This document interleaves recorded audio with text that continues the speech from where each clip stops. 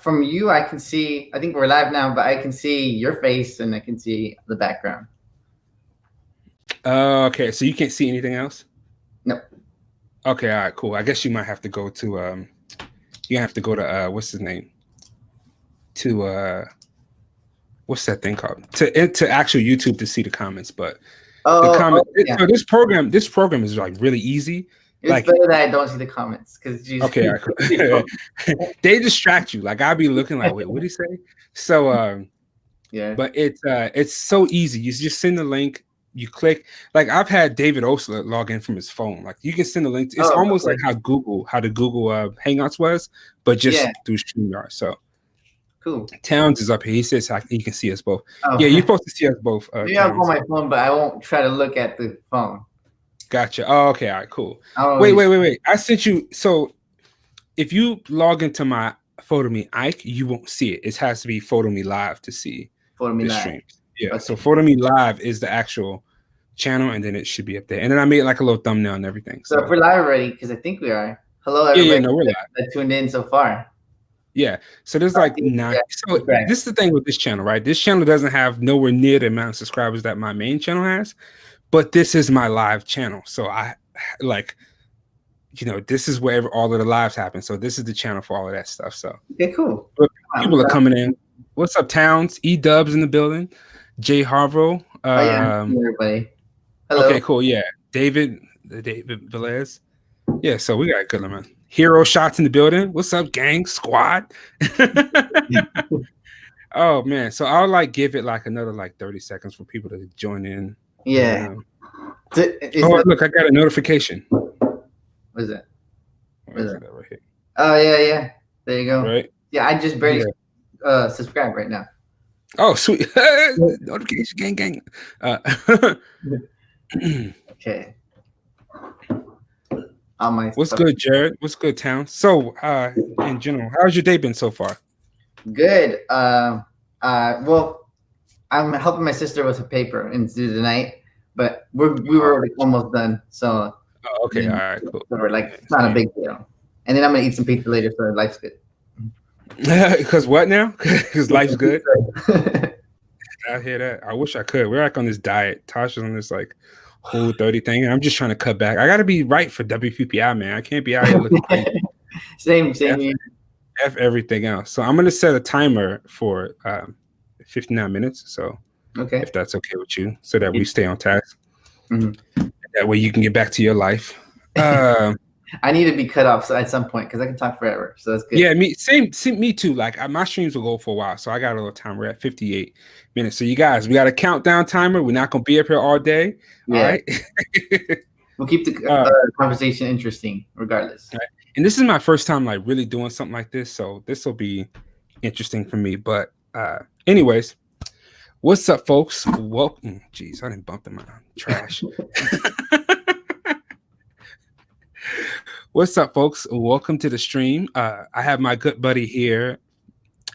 I was going to say Francisco. I didn't know if I say Francisco or FJH. Like, I don't know. Like, whatever feels more comfortable to you. I've been called so many things in my life, so I just let people choose. So I have Francisco in the building. You might know him as FJH Photo on Instagram. Francisco has like over 124,000, right? Yeah, I'm easy 125 right now. Yeah, 125, but nobody's counting. 125K on Instagram. He has a Facebook group with how many people? 77,800 maybe. So you got 77 on okay, all right. So you got 77,000 on Facebook, 125 on Instagram, and then how many subscribers do you have on YouTube? I think 58,300 maybe. So you basically so you got almost in that damn near 500,000. Let's just round up 500,000 people following you. So I would say that your influence in the social media world is quite heavy, right? You could say that. Yeah, a little bit. Yeah, when I was starting off, I would be like, no, but yeah, it's a good amount. I'm looking at the numbers. That's a lot. That's a lot of influence. And then on top of that, you have the Sony Ambassadors program, right? Yes, I'm part of the Sony Collective program. You got some stuff on there. Yeah, you can say the either or. I call it Sony Ambassador because it's smaller to remember, but it's called the Sony. It can be called the Sony Ambassador program. Okay, Sony Ambassador program. What's the difference between the Sony Ambassador? Because do they have like two different, or is it kind of like all of the same thing? They have the two levels. I would say the Sony collectives are the influencers. Like I used to be shy of that word, but that's basically what they are. Younger people who have a large following, but not all of them are young. But just let people have a good amount of following. And then the artisans are the people that are full-time professional photographers that use Sony, and they get early access to Sony cameras and stuff. But a lot of people always think that we get stuff for free. We don't. We have to pay for our stuff still.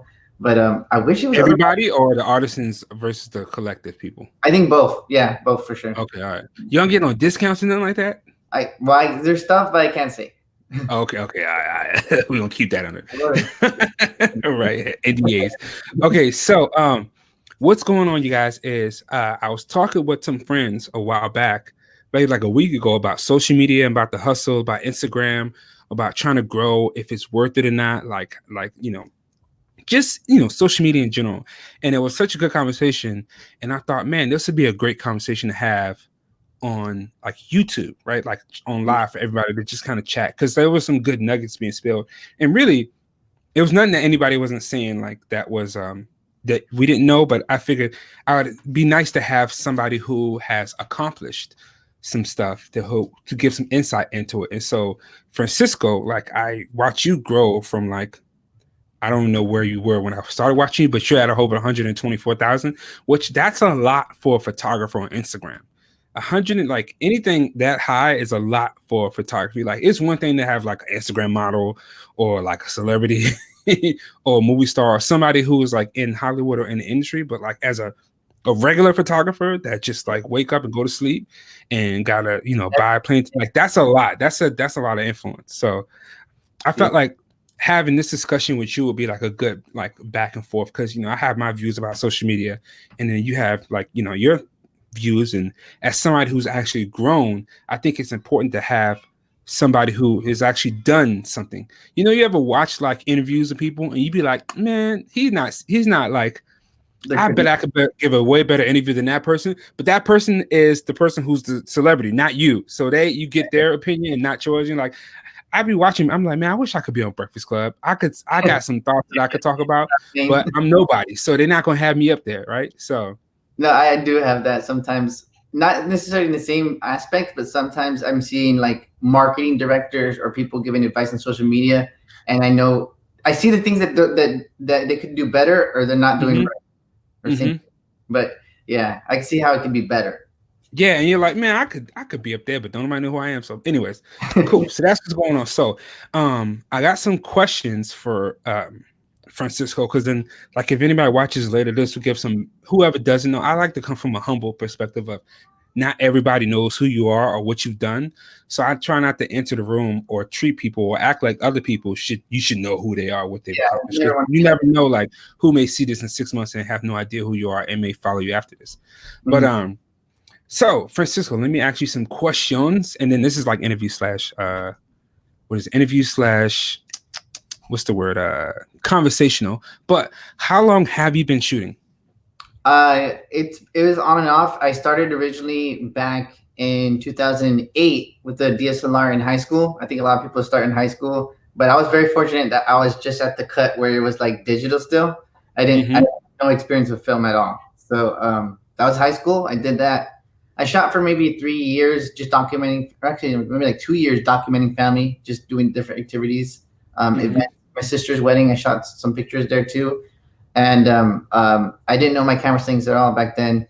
And then I had to put it on hold for college. And then I thought I wanted to be a lawyer. I thought I wanted to be a graphic designer. Then I decided, okay, I like photography. Let me do something that's related to that.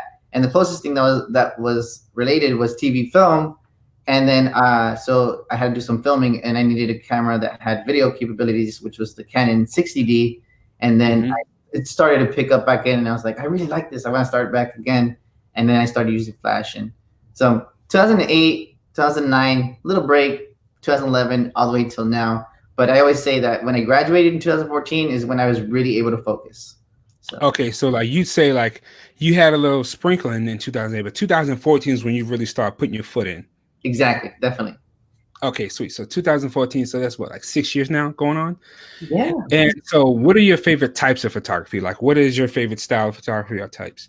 So, the types of photography that drew me first was just the stuff like I would say editorial commercial photography. I just love how like I think for the most part it's very like powerful. Like sometimes you'll see like the stuff that I really like that draws my eyes, like underexposed background a little bit, the subject popping, and it's just very much editorial, like in a magazine. The magazine spread, just like a whole picture. Like one picture that I can definitely attribute to being a big influence on or big reason why I love the photography I love that has to do with lighting is I think the actress is named Charlize Theron, I think her name, but she did Dior commercials for like a long time now, and there was a magazine spread on the back of the cover of a magazine, and it was like her picture, and it was a lot of lighting, a lot of gold, and I was like, I really like this. And also the photographer Joey L, he was doing a lot of commercial photography back in the day, and he still does. And I was onto his work and his way of using lighting, and that really inspired me. So Joey L is dope. I like him a lot. I remember he made a parody video way back in the day. He's like, "You're my Nikon." He said, "I'm a Nikon gangster. You're a kid." You remember that? I remember that. Yeah. I remember that when that came out, and like me and my wife Tosh, we're Nikon because we're Nikon shooters. So there's a photo floating around where we're like this. We're like all thugged out. We're like, we're Nikon gangsters.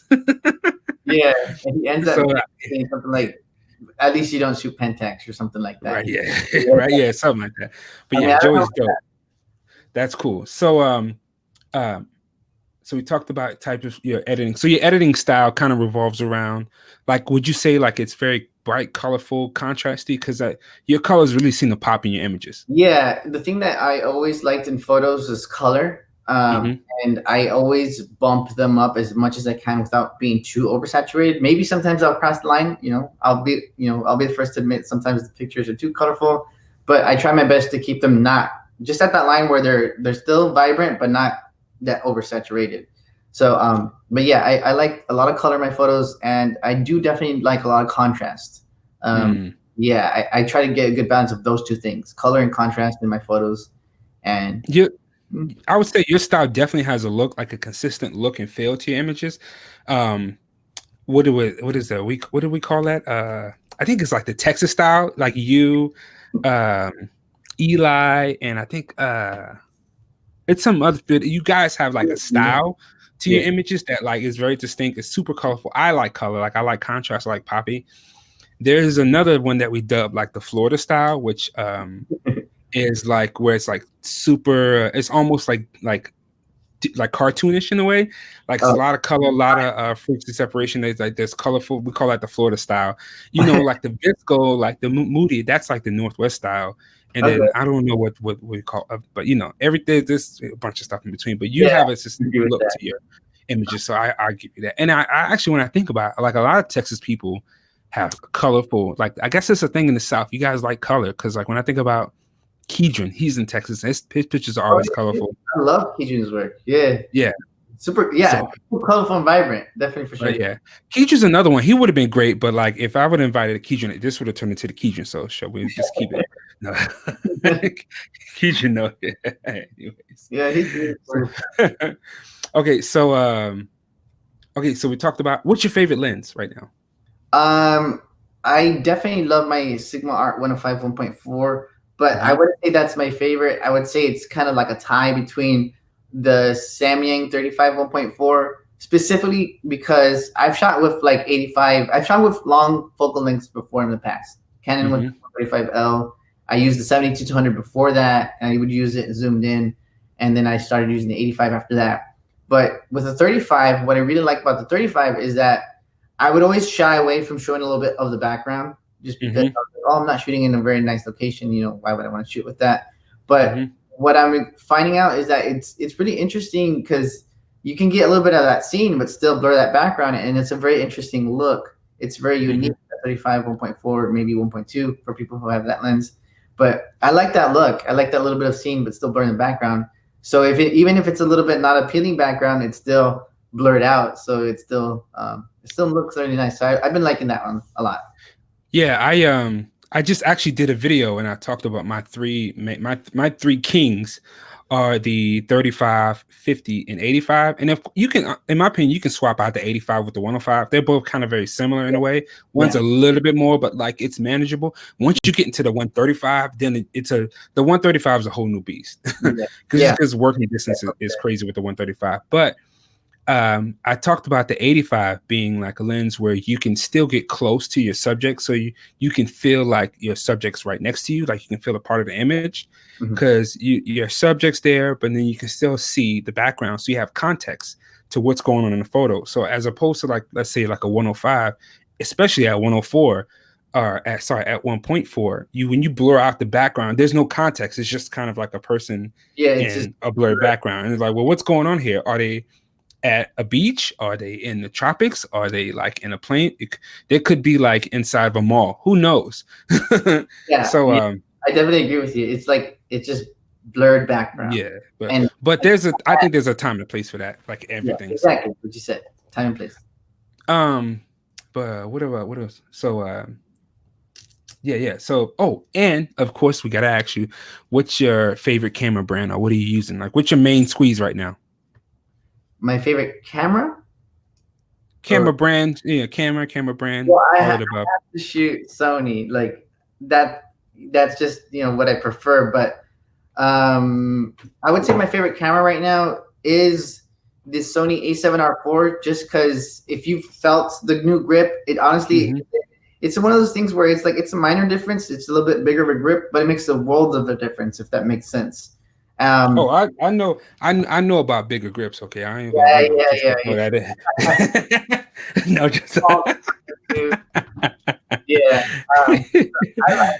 It's not too. It's a minor difference, but it makes a big difference. But before that camera, it was just I'm just a fan of resolution. I just like this. I like the A7R2, A7R3, A7R4 now. But I like to be honest. I don't need all that resolution. I'm a very curious person, so whenever I just zoom in, and it's like I can see their soul in their eye, and I can just gotcha. So your thing is you just like resolution for the sake of having it. You're not going to necessarily make an argument that it's needed or even really useful. When people, it's just like I have it. When I was expressing interest in wanting to get the A7R4, people were like, "It's not going to make you a better camera." I'm like, "Who said that?" I'm like, did I say that? Like, yeah, no. There. I'm thinking like a little tick right there, because like I never said that. Like, don't put words in my mouth. I just like the resolution. But yeah, no, I get it. I understand. I'm like, I appreciate. So I still shoot. I have my D800, and I still shoot with my D800 in the studio, because I to me, like 36 megapixels is like the perfect compromise between like not having too much, like say 45 or 60, but having a little bit more to play with retouching. And so like, my next camera, I do want like a Z7 or like maybe a D850. I want that for like, there was rumors of Nikon coming out with like a 60 megapixels as well. And I'm like, I guess I just like, for me, after a certain point, it's just kind of like, I got my picture, posted on the wall here. Let me show you. And that was taken with my D800, and it's perfect. I don't, and I like zooming in for retouching. Like for me, megapixels is great if you're like a retoucher. But outside of that, it's just a whole bunch of hard drive space. I agree with you. 36 megapixels. That's a good number right there, because even with that extra 6 from 42 megapixels, which is like the A7R3 and 2, I think even smaller, like just a little bit smaller, would be nicer. But 24 megapixels, I think it is on the A7 III. I think I would want a little bit more. Just like 24 is enough for like, honestly, most of it, it's enough. But like, man, it'd be nice to just have a little bit more room for error. So that's my whole thing. But so you're A7R4, but what would you say, like, because a lot of people will end up buying the R4 for the upgrades in the actual camera itself, as opposed to like the megapixels just being a byproduct of the upgrade. Like, do you feel like the camera's that much better, like functionality wise, as like, even if even without the megapixels, you would have got it? I think if it didn't have the megapixels, I probably would wait for like a bigger bigger, because I've been the type of guy that's like looking at other cameras that have a lot of resolution, specifically the Pentax 645Z. I've been wanting one for a while, and medium format, man. It's the difference between like quality megapixels and all. But anyway, go ahead. Yeah, so that's what I've been wanting. And then with the 60 megapixels, I was like, let me try this out. And then I liked it. They like the grip. But it's in terms of the upgrades in the camera, there are a good amount there. But I would think it'd be safe to say that it's not like a world of a difference from the other cameras. So like the things that I can think off the top of my head is that it has eye autofocus for video, which is the first time any camera does that. And I was wanting that so I can do my intros. And if I ever put like a lens in front of my face and like, oh, look, this is the lens, and then on the lens, it would stay on my eye, or unless I like block it completely. But yeah, and then I think they changed it so that now with those focus areas, the boxes, it's no longer just gray. You can change it to red. Oh yeah, that's a pain. I shot a wedding with the A9 a few times, and let me tell you, when you get into like areas like this, and your focus point is gray, it's like, where's my focus point go? Oh, so it's like it gets lost in the whole thing. But yeah, that's cool that they fixed that. So that's cool. Yeah. So A7R4 is your current main squeeze. You got any high hopes for the A7S3 coming soon? If it's coming soon, A7 IV, what do you think? I think I want it to come out, not for myself, but for Sony to get back. I feel like it feels like if I had a finger on the pulse of like Sony, it feels like they're getting like they're staying consistent when they were before coming out with better things and bigger things and bigger things. And the A9 II, it wasn't that big of an upgrade. I think it's safe to say for a lot of people, it wasn't that big. Yeah, I think I'm just 10-bit, like 10. You know, it's funny you mention that because I'm like, damn, they didn't put the 10-bit in there. They could have gave. What else was there? I feel like there was something else. I guess that was it. Really, that was it. I think 10-bit 4K would have made a lot of people happy, and I think it doesn't have like the picture profiles in the A9 II, right? I'm not gonna. I don't think so. I don't know. I know with the original one, they had no profiles, but then they later on introduced them. I think that's true. Because I remember Keydron got the A9 and then he didn't have picture profiles, and then he sold it. Yeah, he was like, he sold it. But honestly, in my opinion, picture profile is a little bit overrated. I mean, honestly, I feel like okay, use the neutral one and bring the contrast down, get your exposure right, and you're fine. Like people, I'm like, you got a picture profile and you just made it back to what it looked like out of camera. Like what? That's what it looks like out of cam. What do you mean? I just need dynamic range. Yeah, bring the contrast down. Like what? But anyways, that's my thing.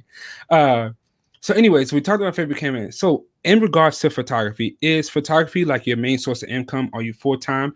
And when I say main source of income, now that the landscape is changing, it used to be like you shot weddings or like families or portraits for a living, you had a studio. But now with social media content being a thing, like that can also be somebody's main source of income with taking pictures for like YouTube or gear tests. So like does photography fall into like your main source of income in any of those areas? Yeah, like exactly what you just said right now. It's my main source of income, and when people usually ask me like how, well, you can earn money through YouTube. You know, YouTube TV. There's ads on it, and you get a cut of that. And then I have my affiliations with like Amazon and Adorama and B&H and other companies, like what's it called, like Squarespace sometimes. And then there's also the ones where like if you're trying to find music as a YouTuber, those royalty-free music services like Artist or Epidemic Sound or Soundstripe, like I'm affiliated with them as well. There's so many different ways that you can earn money, and that, you know, I didn't like the whole way I earn is completely self-taught, completely. Like I had to learn everything my own. So I got to that point, but it wasn't always like that. What I always try to be honest with people is that if I didn't have my fiance now, Ashley, if she wasn't in the picture, I would definitely not be anywhere where I am right now, because she was at home. She was making money safely as a nurse. And we're very, very humble in like a small apartment and with one car. And we were able to save enough money to eventually get a house. But without her safe income, I wouldn't have gotten that point where I was earning a little bit and then a little bit more and then a little bit more. So she was definitely that comfort zone that allowed me to go to the place I am now. You know what? A lot of that gets overlooked a lot of times. Like, and from a male perspective, so you had Ashley helping you out because she, was a nurse, so she was able to like hold you down while you're able to try to build this photography empire. From I've been in the studio, not in the studio. I've been in the industry for like a while, so I know a couple people. I've seen a couple things. I've seen people come and go, and one thing I've noticed from a male's perspective is like you see a lot of they call them mom togs, or like you see a lot of women or even like army wives who like start up a business. They get this brand new like 1DX. Like they started photography last year and they pull up with a 1DX, a 70-200, a 51-2, a 24-70. They have the whole the pro photo they got. They're laced out.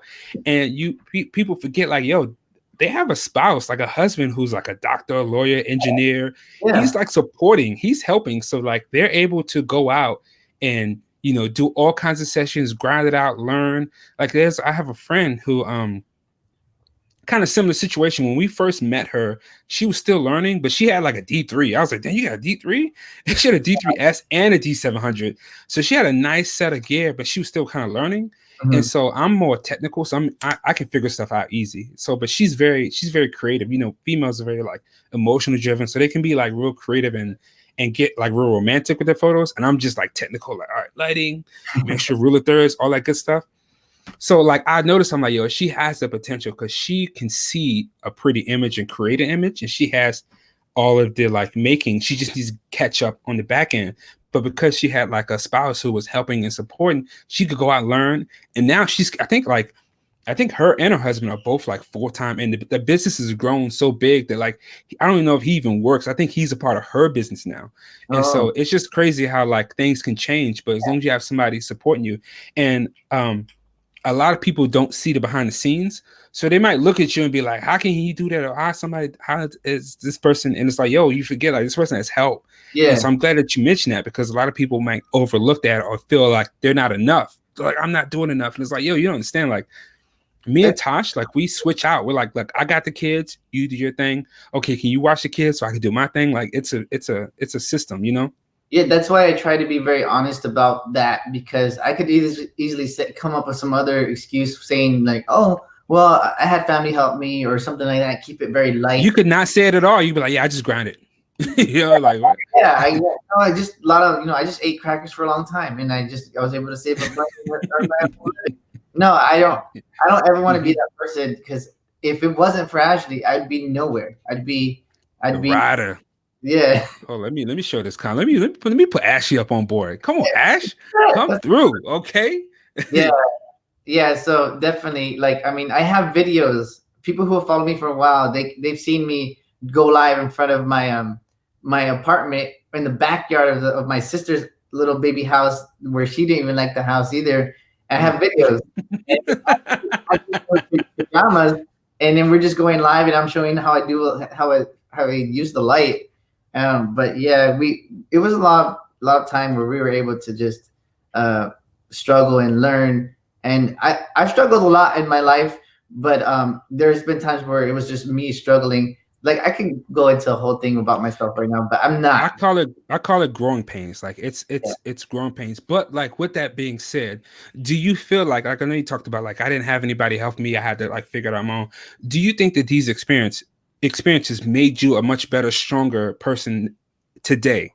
Yes, definitely yes. Because if it wasn't for those like these different types of obstacles and different types of people that made me feel a certain way, I wouldn't have gotten as motivated as if I were to get everything handed to me and people tell me, oh, you want to learn this? Well, this is how you do it. I honestly wish I had that help. I seriously wish I had that help, because it's just a long struggle for me. But I always try to go back and think about, okay, well, it made me how I am as a person, and I'm happy. Now I'm just kind of trying to think of all the different things that people told me that made me motivated in such a way. I'm like, it's interesting because like sometimes when you get challenged by people, who like call you out or like tell you, oh, you're not doing enough of this. It's like, dang it. And then you get mad at first, you feel some kind of way, but then you sit and think about, you know what, I could get better. You know what, I could clean up my basement. You know, maybe the boxes don't need to be in the corner. Let me clean the struggle studio a little bit. All right, I'll clean it up a little bit for y'all. But you know, maybe my desk could be cleaned up a little bit. But you know, really, you know, if it doesn't kill you, they say if it doesn't kill you, make you stronger. But I also feel like there's some beauty and there's some benefit in having to figure it out. And so a lot of times, like, I'll see like videos where they're like, oh, you explain it so well. And I'm like, I'm going to give you the steps to figure it out, but you need to figure it out because that's the only way you're going to be able to know how to, if you run into a situation later, if you haven't figured out and going through the struggles in the beginning, you're going to be stuck. You're going to be like, I need somebody to help me every time. And so having that bit of I'm going to have to kind of figure it out and learn this thing on my own. I think to me, it makes for a more resilient person, and you'll be able to, you know, what does they call it? Weather the storm. You know what I mean? Like when things get like shaky, people just like, I can't do it. You know, like if you didn't know. Well, under pressure, but I'm never going to be in a spot where I have pressure and I need to perform as a photographer and I don't know how to. I want to mention that specifically because somebody just yesterday, and this is harsh, but I was considering booting him from my group.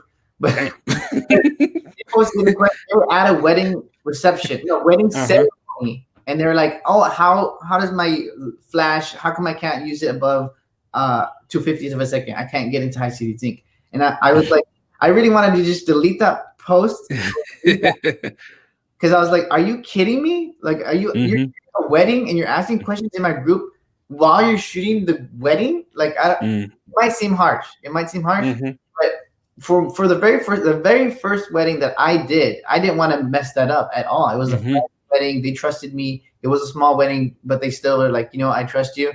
And I did so much research. I did, I brought lighting. I brought my alien beast at the time. I took pictures. I was on the ball. I was like, ready at all times. And I knew my gear in and out. And this guy, and I've seen it, every now and then people post stuff like that. Oh, I'm going to do a photo shoot in 30 minutes. What's the best? How do I use my lights? I'm like, are you kidding me? I don't like that at all. Just I think like prepared. And I think that like, they talk about society becoming soft. And I feel like part of it is that like people are so quick to ask for help, or just instead of like learning their stuff, they're just like, how can you help me? You get this.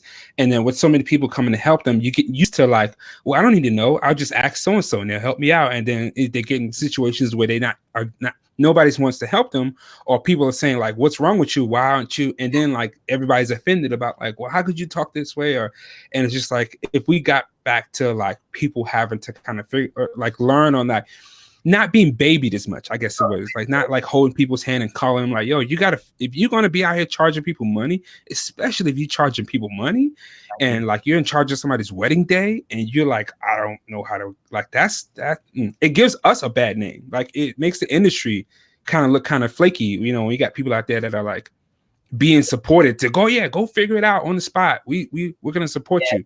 Rainbows and cookies all over here. Like, no, that's not cool. Like, nah. Yeah, I totally agree with you. That it's just too common now. I answer questions every single day. Like every single day, I answer a good chunk of messages, and I've kind of to get a little bit familiar with the types of people that I'm talking to, and some of them, like there's times where I'm busy as well, and I don't respond until 2 days later, and they might have asked me a question, and then while I'm busy, I don't get to reply, and then they're like, "Oh, never mind, I found out the answer," and I'm on their own, and it's like sometimes. I'm like, I wish people would just give that a second of a Google search or a little bit of, YouTube and Google, they're full of knowledge. Sometimes I refer a lot of times it really is. Different videos. Yeah. So it really is. Okay. So, moving on, speaking of like, photography stuff, do you think like social media has made like the art of photography like better or worse? Like, how do you think social media has affected, photography?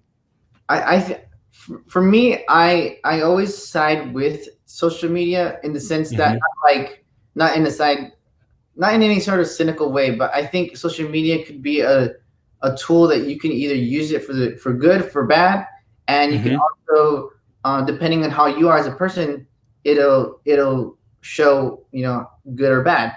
I think Gary Vee himself had said before. I just watched his Hot Ones interview that he did, and he said social media is a mirror, and I was like, I definitely agree with that. Yeah, I agree too.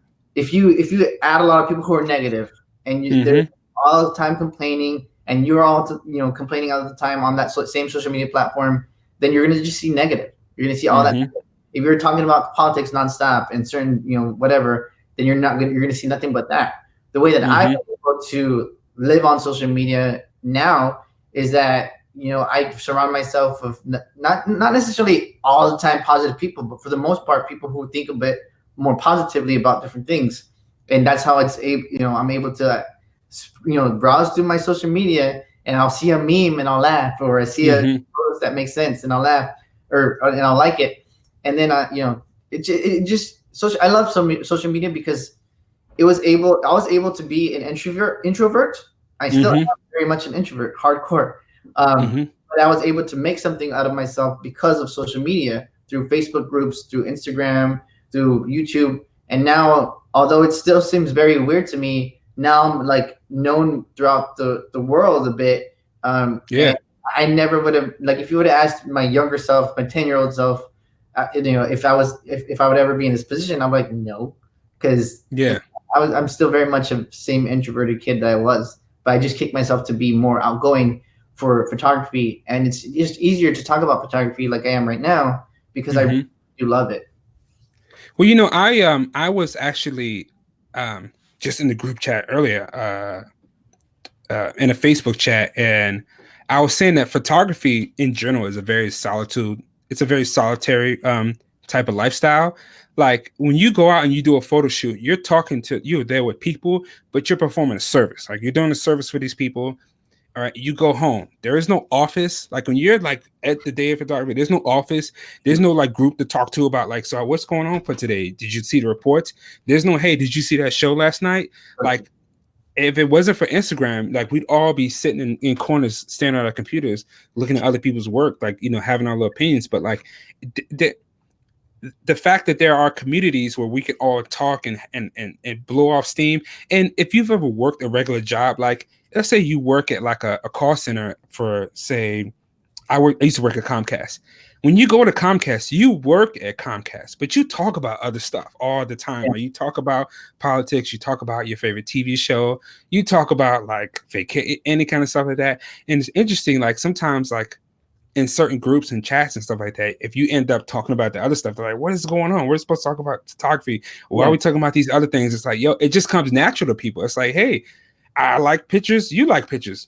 Yeah. Do you also like Game of Thrones? I do too. Can we talk about that as well? Like, it's clearly we like. It's like right? Nice, easy transition to talk more about other things. Yeah. And so, I agree. I think social media is better for photography. Like you said, it has exposed us. It's made us more susceptible to like a lot of like, I guess trends and things like that. But I tend to be on the side of personal responsibility. Like take responsibility for your actions and how you feel about things. Just because somebody posts something that you don't like, you can clearly scroll right on past it. You block that person. You can delete that person. Not everything has to be catered towards you. You made the choice. I'm like, there's no such thing as like online bullying. Like, just close the box. There's a X in the right hand corner or the left corner of your Mac. If you just hit that X, done. The game over. So I definitely agree. Social media, you can do so many different things nowadays where it's easy to just block somebody, mute somebody, remove them. And I did that earlier today. Like somebody was like messaging me like, oh, why did you do this? And why did you do this? And I'm like, well, this is why. And then they replied back and forth with like a whole bunch of, like, this person just was bored and wanted to argue. So I was like, block, easy peasy. Yeah, you get that. Yeah, and that's just like life. Like you get people who, and this is also like how Gary says, expose us. Like some people are negative, and I like to pride myself on being the same person behind the camera, online, in front, and like anything that I won't say to your face, I won't say online. So if I disagree with something, if you was in front of me, I'd say, I don't know if that was a great idea. That's whack. Like, why'd you do? I might like, yeah, that was stupid. And I'll say the same way online. I won't throw any insults at you. I won't try to, break you down, because I wouldn't do that to your face. But then you have some people who are like, you're trash, your mom's trash, your brother's trash, your whole life is trash. And I'm like, and I see you in person, like, hey, love your work, man. I'm like, what? Or they won't show up at all. So yeah, I definitely agree with you. I try to be the exact same person I am right now. Like I am. If people who have met me, exactly how the same guy, in real life. But yeah, there's those people that just have a loud mouth, and then you meet them in person, and it's just automatically closed. And I'm like, what happened? Or they're the opposite. They don't say anything online. You meet them like, you're this person? I don't even know. Like, you ever get the, hey man, I'm a big fan of your work. I'm like, really? Yeah, but I don't comment on any of your stuff or show up. And I'm like, wait, how come I don't see you online? Yeah, I watch all of your videos. What's your name? Oh, I don't comment. What? Like that.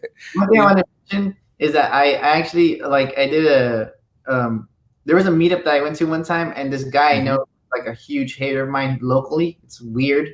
I never did anything to this guy, and I met him in person, and then he was just like, "Oh, hi." I was like, "Oh, what's your name?" Because I just like to say hi to people, because hi. I don't know who you are. Yeah. So, and then I said hi. And I was like, "Oh, what's your name?" He's like, "Frank." And I was like, and then I was like, "Oh," and then he said his last name. I was like, "Oh," I was like, "Well, hi, you're Frank." And then I was like, "Okay," because he's a huge hater. He just commented. Oh, so you met him in real life? Yeah, and you're like, oh, you're the guy. And he didn't say, and he was super like, just kind of like, your my name out of your mouth. It's so weird, and it's so weird. It's like you're like, why are you fronting? Why are you? I can't. Yeah. But yeah, so that's good. Anyways, so moving on, because time's ticking.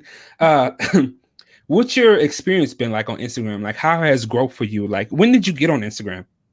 I actually want to say that I got on Instagram for my own personal, like, just wanting to post photos. Maybe 2014, maybe 15. I gotta check on that. Actually, that's one thing I don't remember. But I remember that I was posting on my own personal account that's connected to my Facebook, and then I wanted to explore more photography. So I was like, let me just, my personal Instagram was just for posting dumb stuff, and then I wanted to keep it more organized with the photo stuff. I can't remember exactly when, but I remember 2017 I did have like 4,000 followers. But some people think that when you have followers like that, sometimes it's like, how did you get that many followers? But I remember remembering that when it comes to Facebook and connecting it to your Instagram, like, I think people who are that your friends automatically followed you, so you can have a good amount of people. But something's going on, kids or something. But let me continue. I had I think about 4,000 followers back in 2017, and then slowly grew from just posting consistently, and also making sure to use the right hashtags. I know there's people out there right now, feature accounts, that aren't using hashtags. They're using the same ones over and over again, and they're not making use of all 30 hashtags that you can use. You said all 30. There's that many? Wait. Give us a game. Pause a second. So give us a game, because I was like, before you get into that part, so Instagram has announced that they're getting rid of likes, right? Yeah. And what's your opinion on that whole thing? So at first I was like, I'm always like a little cynical on like, what's going on? And then somebody brought a good point, and I was like, oh, I can see why that makes sense. And it is very cynical, very greedy, in the sense that they can say we're removing likes because we want people to be less focused on likes. But in reality, what's going on is influencers. Let's say this one guy has 1 million followers, a lot of influence, and he's saying a lot of things, and brands are coming to him saying, hey, we want to pay you $10,000 for this Instagram post, and we want to see we're seeing your engagement. So by the likes, Instagram's not getting a cut at all. So no, not at all. My wife does it, so I'm familiar. My wife, she gets paid to do posts. So no, go ahead. So by hiding the likes, they're basically creating a barrier that's saying, whoa, you want to work with this influencer, you want to know how their engagement is, you got to pay to see the engagement, and now we get a cut. So that's the realistic reason why. So you think they're like, if they can, like, they're like, okay, all right, influencers, if you're gonna do your thing and make money off of us, you can do your thing, but now you got to pay like $10 a month to be able to see your analytics so that you can advertise to other people. And if they got 1 billion people paying $10 a month, that's money that they gotcha. previously before. Okay, all right, gotcha. Yeah, I definitely agree with that. Gotcha. Do you like being able to see? Like I like actually like, so for me, like, and this is the thing, me and Curran got into a debate about like, I like that the likes are there. Like, it doesn't bother me. Like I kind of, in a way, it's whether it's good or bad, I kind of use it as a way to kind of track performance of how well is something doing. And sometimes it's kind of hard, especially if you're sensitive as an artist and you put your heart and soul into something that you think is a banger and it gets like 300 likes, but then like a picture of your shoes got like 1,000 likes, and you're like, well, how come you guys like this? And it's kind of, you never know how many people are seeing it, what makes people engage. So I can see how that can like affect you and kind of either motivate you or demotivate you. I feel like I'm very on the same page with you, because I like to see the engagement so I can know what trends worked, what didn't work, why this worked. I like analyzing things, and I need the analytics to analyze. And it helps because, again, like I said before, and I can't emphasize this enough, I'm a very curious person. So if I do something and it works, and this other thing that I really thought would work doesn't work, I want to know why I can improve myself. And the analytics help do that. And like I posted a photo, I think a week ago or 2 weeks ago, or a week and a half ago, and I loved that photo. I was like, I'm really proud with this photo. I like, from the whole year, I love this photo. And it got 10,000 likes, which is a good amount. But 10,000. Go ahead. Another photo that I think is okay got like 16 to 18,000 likes, and I was like, but the other one's so much better. So, but one thing I think, again, trying to analyze what's going on, is I had taken a good chunky break from Instagram, and I think that negatively affected me in the algorithm or whatever, because I think prior to that break, I was getting more engagement more consistently and better engagement overall, more likes, more comments. And I think because of that break, I definitely saw my growing, my numbers growing, drop hardcore. Like it was 200, it was like 200 followers a day, maybe 400 followers a day, and then it went from being like to like 20 to 40. Wait, pause. So like you attribute like you posting, I guess, so we got into like the whole about the likes thing. And so you attribute to your growth being that you posting like a lot? Yeah, posting a lot. And also, like, I like to be very honest with people. With feature accounts that feature me a lot, because I supported them when they were smaller, way smaller. So they kind of like share my stuff a lot. I don't ask for these features, but I've shared their stuff so much times. It's Light Shapers and ISO 1200 magazine. But I think low key, I think like you actually are running Light Shapers. Just tell the truth. Like you run Light Shapers. It's your account. Every time you post, you just like, oh guys, got it. Name on top. It says curated by Action Scripter. The guy's name. I mean, if that's what you want us to believe, conspiracy theory. Put on my conspiracy hat. I'm joking. You can see that it's just me. No. Okay. So, pause. David Osler and Ashley Jackson said that, like, I guess you'll be able to see your likes, but other people won't be able to see the likes. Which, I mean, that's cool.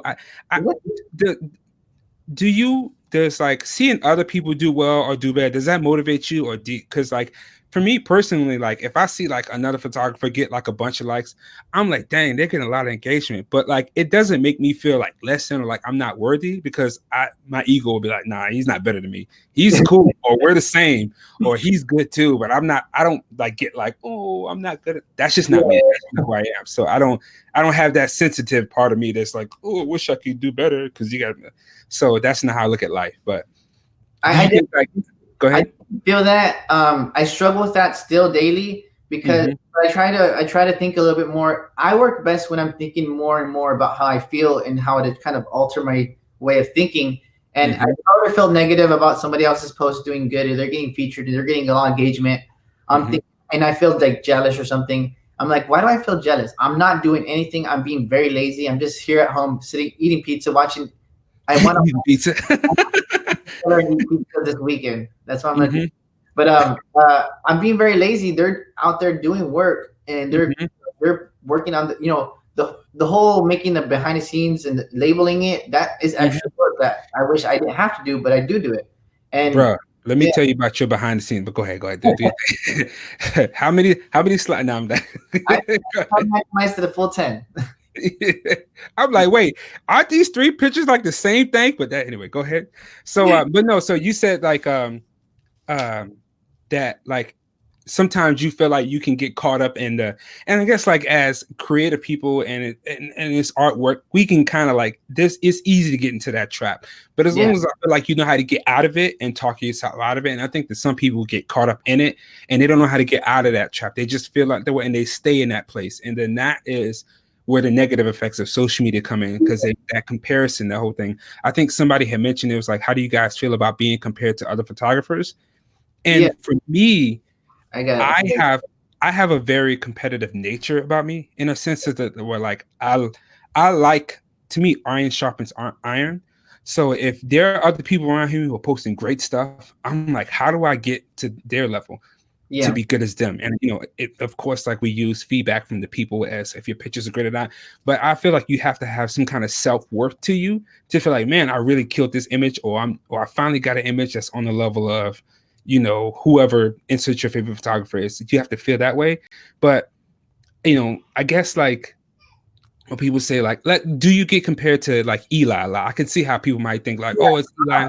Like, how does that, like, do you feel like is that a thing for you, or how do you feel about stuff like that? That's good that you mentioned him, because I get actually compared to his work a lot, and some people that he learned from me or I learned from him. But my point is who cares? Like, our work is similar, sure, but we do have differences, and maybe you're not picking up on those differences. But I like Eli as a photographer. He's a really great photographer. So if I'm compared to him, then I'm like, that's cool. But I don't try to make it in an instance where like, I'm me. The only time I get kind of annoyed is if they completely get my name wrong, because like somebody messaged me, not in the sense of like Fernando, like that's forgivable. But they said that I was somebody else, another photographer, and I was like, they called you Miguel Quiles? No. That studio stuff I never do. But I'm like, how did you confuse me with this other photographer? I don't know. No, that's funny. What was I gonna say about dang, I forgot. I was getting being compared. At least they don't compare to somebody that's trash. Like, all right, well, you compare me to Eli. Okay, cool. I'll take that. He's good. So great. You know what? Confuse us. You compare me to like, I'm not even gonna say no names. I don't want to feel right. But anyways, you know how it is. But also on that point, what was I gonna say? It was something about comparison, and I forgot what I was gonna say, but I guess we can move on. But time's running short. Like, so talking about your growth, like you've grown like tremendously. And you said like you've known like f-stoppers and ISO and light shapers like since they were little. Like, how do you think, because you have a relationship with them, I'm guessing, or you like get shit a lot. Do you have any insight to that? Because some people might look at you and feel like, man, he always gets, like me, he always gets posted. That's the thing, that if I try to see from the outside perspective, and that's true. I get featured by them a lot. I wish I was more featured on ISO 1200, but I get featured on a lot because I try to see it as the reason why I get featured is because I actually work hard to make the educational content part of the posts very present. I share the EXIF data and all that, and that's very valuable. What I would tell other people who are like, he gets featured all the time, I was like, just try to provide as much helpful content as you can in your post, tag them, and if it's very helpful, then they'll share it. It's as simple as that. Of course, use Flash, but actually, of course, use Flash. Right? Yeah. Wait a second now. Oh, wait a second. So I'm like, well, I help them. My connection with them, my relationship with them, is because I always, and I still feel very much like this, because I'm only naming 2 feature accounts for off-camera Flash.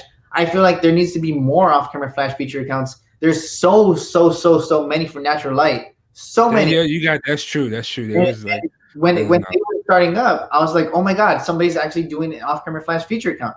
So I wanted to support them as best as I could. And because of that, I'm not attributing anything to like, oh, I'm the reason why you're growing. That's them. They post all that stuff. They search for the content to post, and they grew on their own. I just wanted to support that. And I think that, I'm speaking for people at this point, so take it with a grain of salt. I think they're appreciative of that, and that's why they feature me as frequently as they do, because I was supporting of them early on.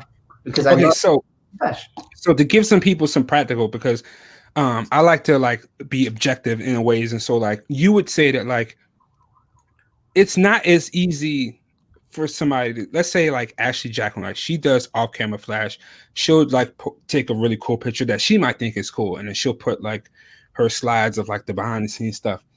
That's not necessarily going to guarantee that she's going to get shared by ISO or Light Shapers, right? But you think that like outside of your post being your photography one being really good and your stuff being educational, do you think that like your relationship or like the fact that you like have been around them so long also helps give you like a little bit of an edge? Yes, I want to say that same point that you made. Yeah, it's cute. That close connection with people early on, that has helped. And with my Sony thing, it's helped me with growing on Facebook and different things. Like getting that early access wasn't something that I was like, oh, I'm gonna get this early access because I see the potential. It was never like that. It was just I wanted to support these different things. Actually, I want to be very transparent when it comes to the Sony thing. I added a lot of people who are involved with Sony on Facebook. So my point is that I wanted to get me in front of the right eyes. So okay, so Paul, so when you added, you saying you tagged them in your photos? No, when I was trying to become a Sony ambassador, I added a lot of Sony people who worked at Sony on Facebook. So okay, we call that clout chasing 101. Okay, go ahead. Yeah, it is clout chasing. I just wanted to get myself in front of other people to see, you decide if I'm worth it or not based on writing. So it's kind of similar in that instance when it comes to Instagram. You can make those educational posts, you can tag them, but they're going to be the ones that ultimately decide if it's worth it or not. And for some feature accounts, there was one, I'm not going to name it, but there was one that they used to feature my stuff, but then we got into it actually, and then they stopped featuring me, and I'm like, okay, you're lost, because I really wanted to help, but because like I said before, I don't actually reach out and say feature me. I don't do that. I could do that, but when it came to that account, I was like, I'm putting so much time and effort into these posts, and you're a feature account that's for helping, but you're not featuring me at all, like more than a month or two.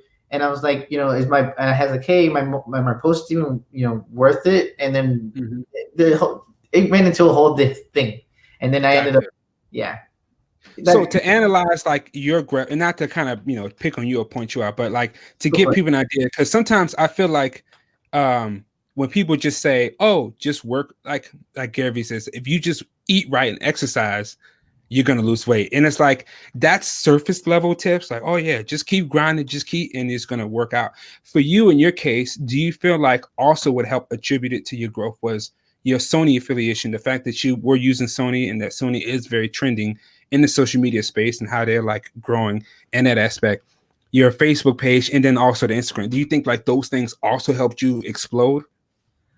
So all the things that you just mentioned, is all for me. It's so I would say it's all because of me in that aspect.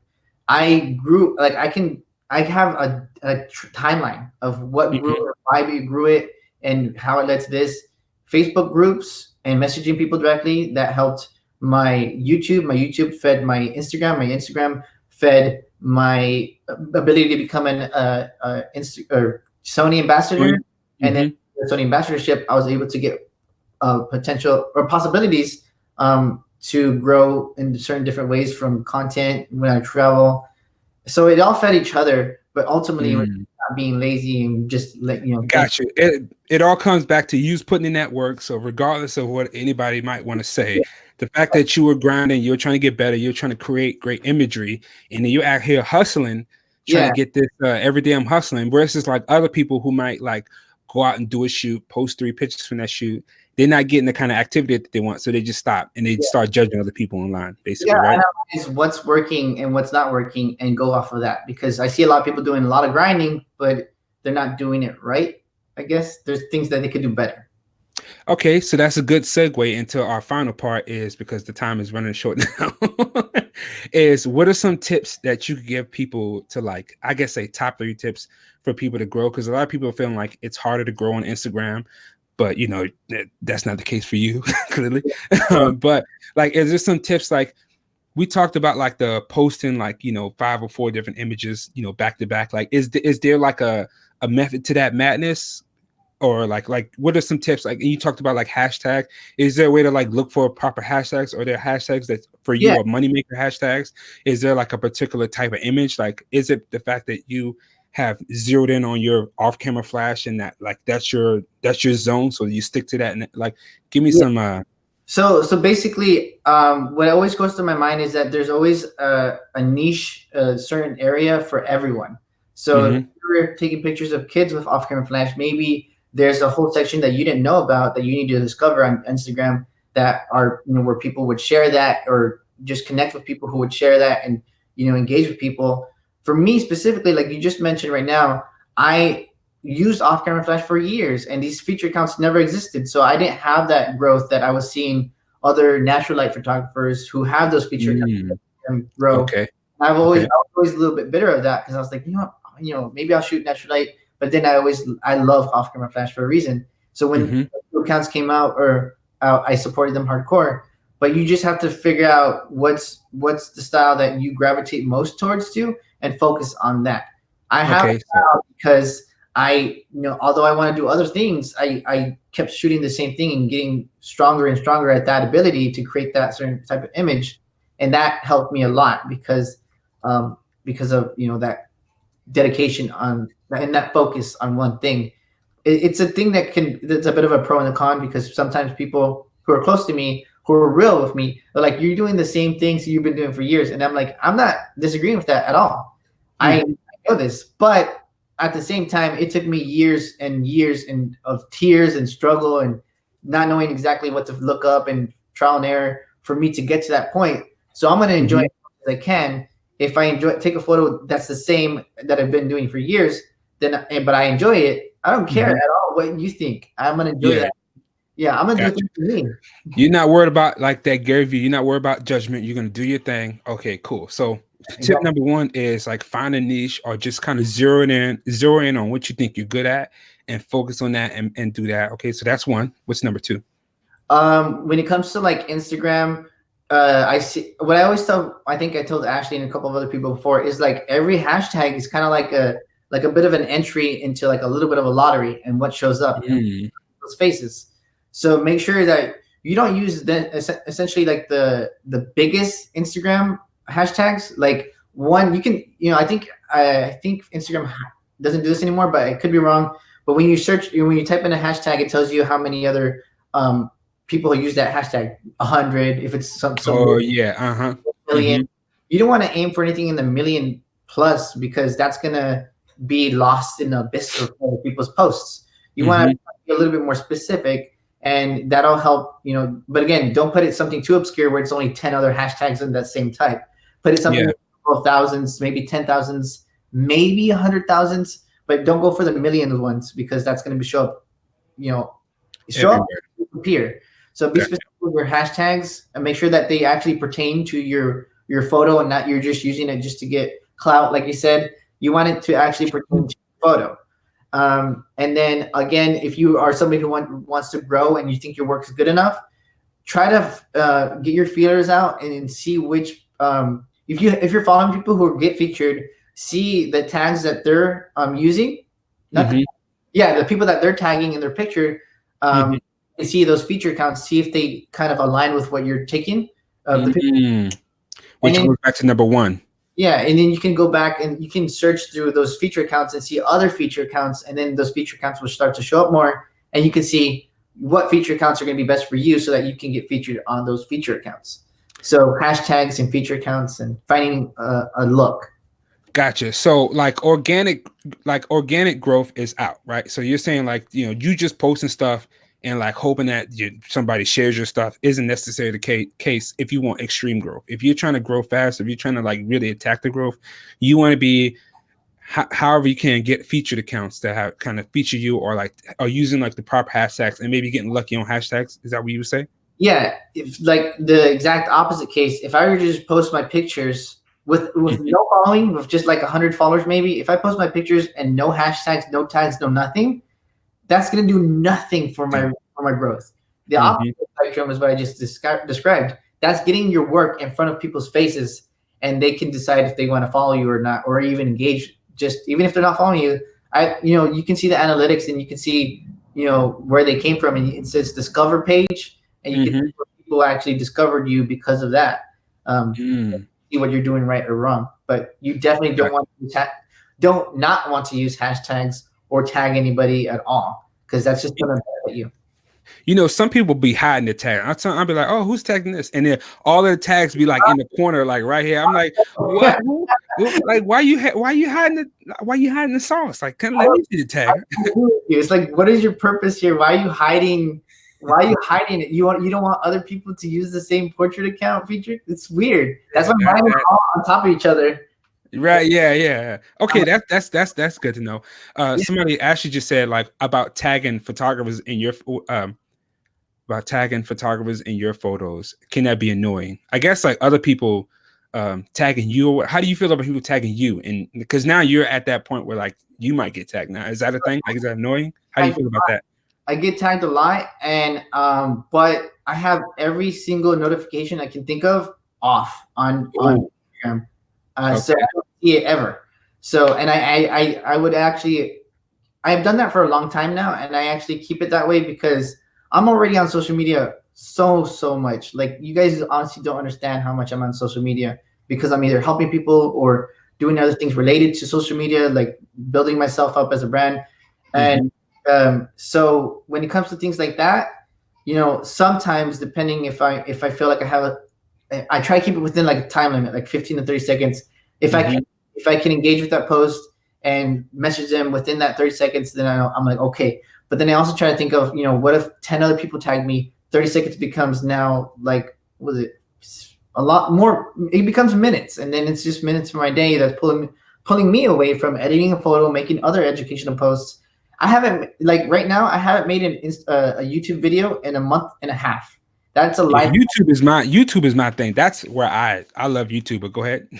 It's a lifetime in Instagram or in YouTube algorithms. So I think for the most part, my organic support that I have from people and the way that I'm able to push that video into different ways, like my Instagram and my Facebook group, I'll do fine. But if I didn't have those avenues, then my organic reach would go lower and lower and lower and lower, and then I would from going to like 10,000 views in a month or something, it might go to like 1,000 or something less than that. But I'm very fortunate that I have those avenues like my Facebook lighting group and my Instagram to kind of help push it back up. So gotcha. I need to make a video soon. It's been too long. I need to run the store real fast to get some kale. Okay, all right. So and then so that was number one, we talked about like focus on like what you are good at, which ties into number two, which is like use the hashtags that kind of zero in and features counts as zero in on what you're good at. And then what would you say number three would be? I would say that okay, I'll help you out. Like, do you think like posting multiple images helps? Like, does that help trick the algorithm? Because we think it's a conspiracy that helps the algorithm like promote you. I definitely think so, because you think of it like this at face value.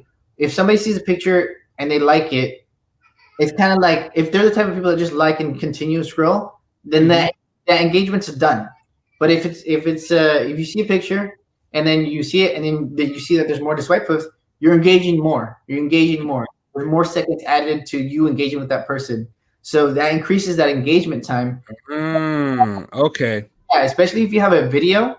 Again, you're making that person sit through something which is engaging more and longer with your post. YouTube, when it comes to YouTube, watch time, when people watch your stuff, that's like gold to them. They want you to keep your eyeballs on your videos.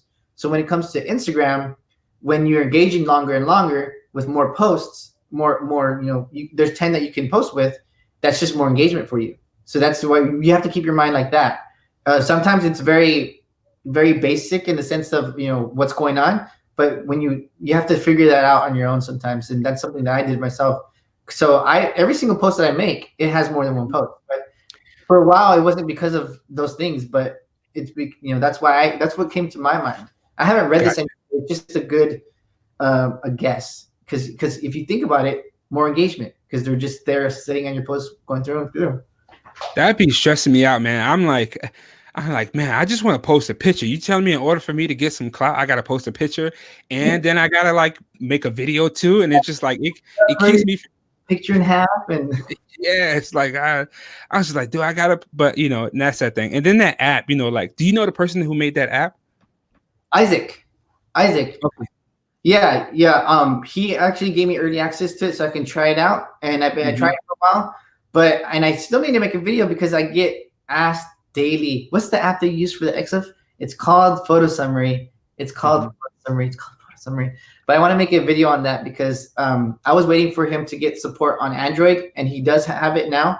So that's why I was waiting to make the video, because he was saying, well, just give me a couple of weeks to make the Android support version of it. And then I was like, okay. But yeah, he's my friend Isaac. And I think he even says in the description of the app that he was inspired to make that app because of me sharing the XF a lot. So I was like, got you. He asked me to use my picture in the pictures where he shows you the app, and I was like, yeah, that's fine. So the connection goes deeper. I see. Okay, all right. No, it's funny. I see this. Everybody's using the app. I got so tired of seeing the app. I'm against the app at all. I just don't want to. I made like a little meme account, and I'm just like, man, F this app, yo. Like, figure it out. I'm like, does any of this even matter? Like, it don't matter what my settings is. Like, do anyway. That's my whole thing. With that. This could be a long, lengthy topic, but I think that settings do help. But at the same time, I'm in the same, where settings aren't everything. You figure it out on your own. Yeah, like, doesn't matter if it's F2 or F4. Like, it was F11. Yeah, exactly. Like, what F stop did you use, bro? F something. F your mama. All right. Oh man. So yeah, that was my. That's kind of I'm good. Like, you answered like all of the questions I had. We had a good conversation. Yeah. I got like get an idea for you, like what you think. Did you like want to say some, because I'm just gonna close out so you can get about your day, but people are saying Photo Summary. Yeah, it's called Photo Summary. Gotcha. Mike Wright says you have to be the slave to the algorithm. You must do what it says. That's funny.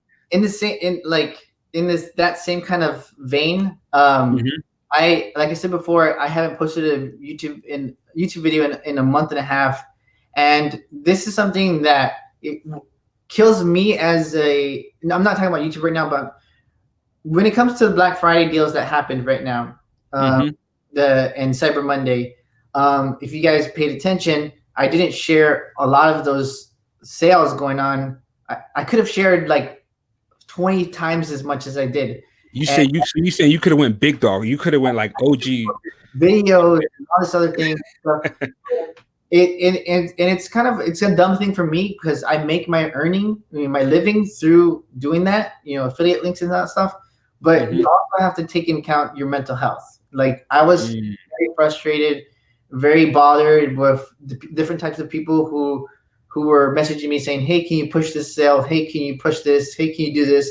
And then this, like, I feel like a puppet, and I don't like that. I like to be myself, and I like to share things organically. Like, oh, I like this light, I'm going to talk about this light. I like this, I want to talk about this. I don't ever want to be in that salesman for these people. And sometimes people have messaged me saying, because I just say some simple things like, oh, I like this thing for this reason. They're like, oh, should I buy that? I'm like, well, I don't know, because what are you shooting? And it depends on what you shoot. I just never want to be that type of person that is just like a sellout. Like I like Sony, but that doesn't mean that I recommend nothing but Sony. For somebody who's heavily invested in Nikon, I'll recommend the Z7, Z6 just because I like mirrorless. If they're that's what I appreciate about you. I appreciate that, like, I guess it makes sense that you're an ambassador, that you have stuck your foot in the sand. You're like, yo, Sony, it is what it is. Because I ain't gonna lie, like, I've been seeing a lot of, hey, that Canon EOS R looks nice on YouTube. Have you noticed that on YouTube? There's a lot of people pushing out Canon stuff now. I'm just gonna say, not even a simple yes, but a hell yes.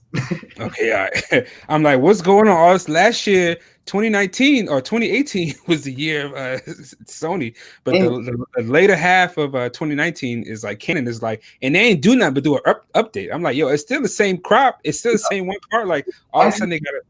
You're true, but they actually, I just saw, I can't remember where I saw it, but I saw them that they did, maybe it was an email, but they saw they did an event for just to push the product. And I was like, hey, Sony did that first last year. It's frustrating as the Sony stuff is, as someone who's just from the outside looking in, and as somebody who shoots a Nikon, I respect Sony for what they're doing, how they're attacking. Because I'm like, I wish Nikon would, attack the whole influencer thing, and they just suck at it. Sony is the king of influencers in the condo camps and the Sony camp. I'm just like, man, like they're really making this like exclusive, like that you just want to be a part of. You like, I just want to get in the club with the cool club or something. Yeah, so that's kind of cool. But basically how it is sometimes. Another good point, and this will be my last question that Lonnie brought up. He thought I wasn't going to mention it, but I'm a real G.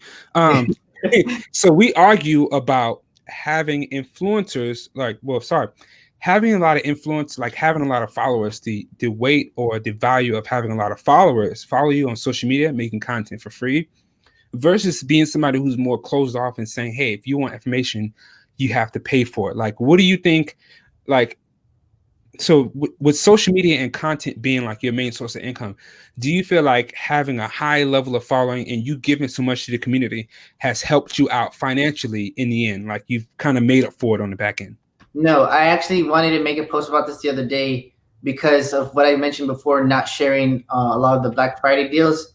I like, if I were to be honest with myself, I suck at this influencer stuff because I could be a sellout and people, my audience wouldn't pick up on that. They wouldn't. I could hide it in certain ways, and I would make a lot more money. I would make a lot more money if I grinded and made a lot more of those Black Friday deals and stuff. I'm not calling people who do those sellouts. Yeah, you're not saying that. I get what you're saying. It's just for lack of a better term. Like, let's just use that term and not in a negative connotation. Because get your money, do your thing, like feed your family. So So I mean, I'm not saying that those people are sellouts. I'm saying I should be doing that, but because I'm just dumb and I just like to help people, just without that barrier, that extra step of making a paywall or something like that. I'm actually like, I would do well off to do that, and it's actually been something that I want to transition into because I do want to get clear of my debt that I have right now. I do want to do these things, and I can't do that because of the financial aspect of that. So at the same point, when I brought this up before in the past, people were like, "Oh my God, not another one." I'm like, "Okay, there's so much work that you don't see that I'm on the computer making this making this video, formatting that video for Instagram on this computer, and trying to my phone, labeling it, making sure that it looks good, make sure it's sharp, the saturation's good." So much work to provide all the shit that I've been doing for years, and you don't pick up on that. And I want to charge just a little bit for that. Like, come on. So at that same point, the people who do charge, go for it. Definitely go for it because it is work. And I'm the guy that doesn't charge for all that. And I've seen how it negatively affected me for years because I want to do more. I'm earning more and more, but I could have been earning a lot more earlier because of things that I'm not doing. So, gotcha. So you're saying into that. I think he said, what did he say? He said like 100,000 followers or 200 paying customer followers. So he basically saying like, would you rather have like 500 people who are paying for you, or I guess like 100,000 followers who aren't. But then I guess like if you have 100,000, couldn't you just like all of a sudden start asking them, like what you're doing? You're like, hey, now that I built like this, big Facebook group and I have like this super YouTube following and I have this super Instagram, in a way you could start to cash in on that. Like you could start essentially like a Patreon or something like that. Yeah. And if like you can get 100 people, not even like 100 people or 200 people to pay like $10 a month or something, that's like a good chunk of income. Or like a $10 a month or whatever it is, how many people pay how much money a month, that adds up fast.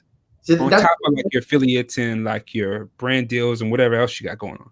It depends on the photographer and the work they're doing, because if you have that influencer mentality where you're doing things that are going to make more and more influence, then that's going to be more valuable than if you had 200 people pay you for something and then it just stops there. So that stream just stops. So it's people that paid you for something to buy a tutorial from you, maybe that costs $10 or $100, and then it might seem like a big chunk of money, but then that influence, having that influence, grow and grow and grow, that smaller amount of money can grow and grow and grow and end up being bigger than those 200 people that, like you said before, like on a Patreon, that's monthly. If people really supported you, they would support you through that. And that's monthly. That's a subscription. So it just depends on that photographer and how much they're grinding and what type of living they're doing. Like if it's very social, very influencer, vlogging with a family or doing things that pertain to growing that social media, that's going to be more than you're just the type of person that just wants to put a tutorial out there, charge for it, and then not, do a lot of that influencer stuff. So it's a case-by-case scenario. Gotcha. Yeah. Okay. Cool. So do you plan on doing like some kind of like, I guess like, are you planning on putting any presets out in the future, doing like a Patreon, start doing like a world tour, kind of like how, what was it? What's the guy's name? I forget his name. Oh yeah, Jason Lanier. Like, how he does like his world where he goes across the country and does like photo walks. Like, is that something that you want to get into for 2020, or are you still? I actually do have plans to travel to different areas. Like I do want to travel to Canada, but just to collab with people that I know in there. And I do want to travel to Germany, but only for Photokina. I'm not a type of person that loves to travel. I don't, but I travel to just connect with people. I like connecting with people more than seeing things. Like I don't care to see new locations. It might be appealing then and there, but I like the connection more than anything. So I travel for that. But like you said before, I do want to sell full editing tutorials for images that I know had a lot of work into it, and I wanted to be able to describe the thought process involved. This is something that I wouldn't want to put on my YouTube because it's going to be, all over the place, or it's going to be lengthy, and you might think that people will tell you, oh yeah, I'll watch a 40-minute video because it's full of information.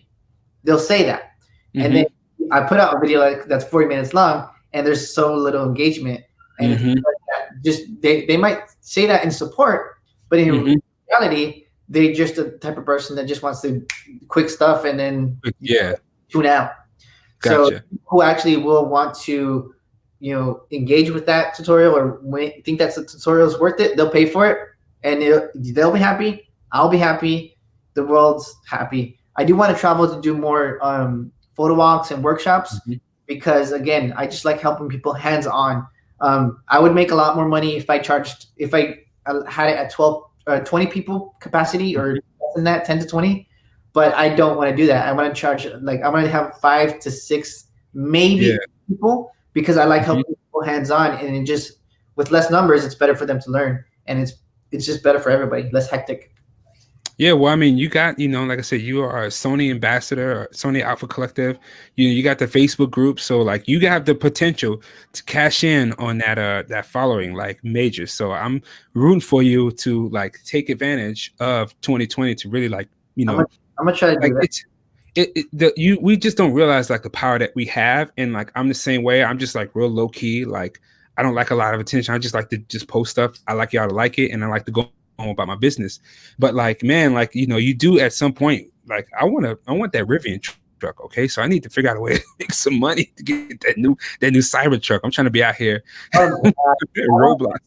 I just want a Tesla, not even. Yeah, that's what I'm saying. So yeah, I mean, there's things that I want, and it's totally.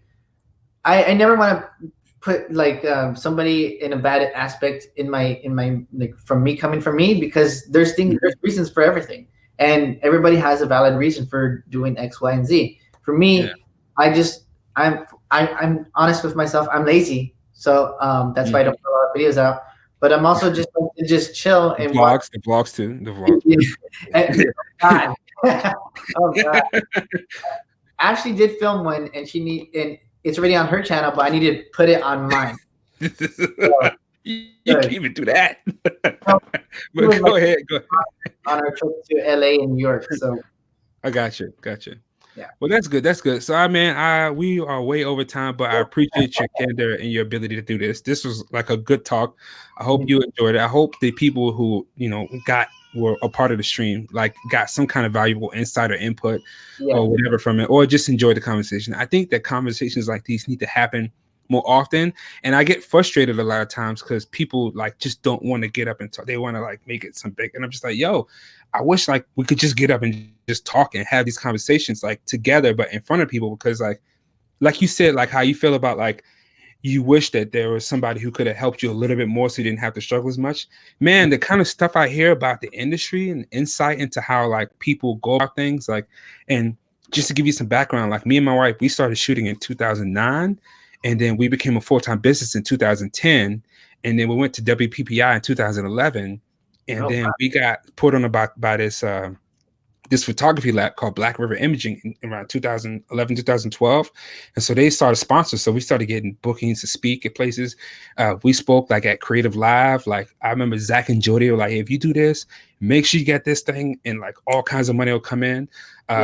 I've spent time with Sue Bryce. She used to live here in Seattle. Her and who actually just got married. Her and George Vernakis. George Vernakis used to run WPPI. Then Jason Group ran it. I've seen some stuff. I've been around, but I keep my YouTube separate from that, so I don't try to talk about my industry experience and how I know people. My daughter has pictures with Sue Bryce just chilling in her apartment, but small flex. But anyways. But yeah, so who are knowledgeable about the industry, because there's so much to it. Oh, dude, so the Arlene.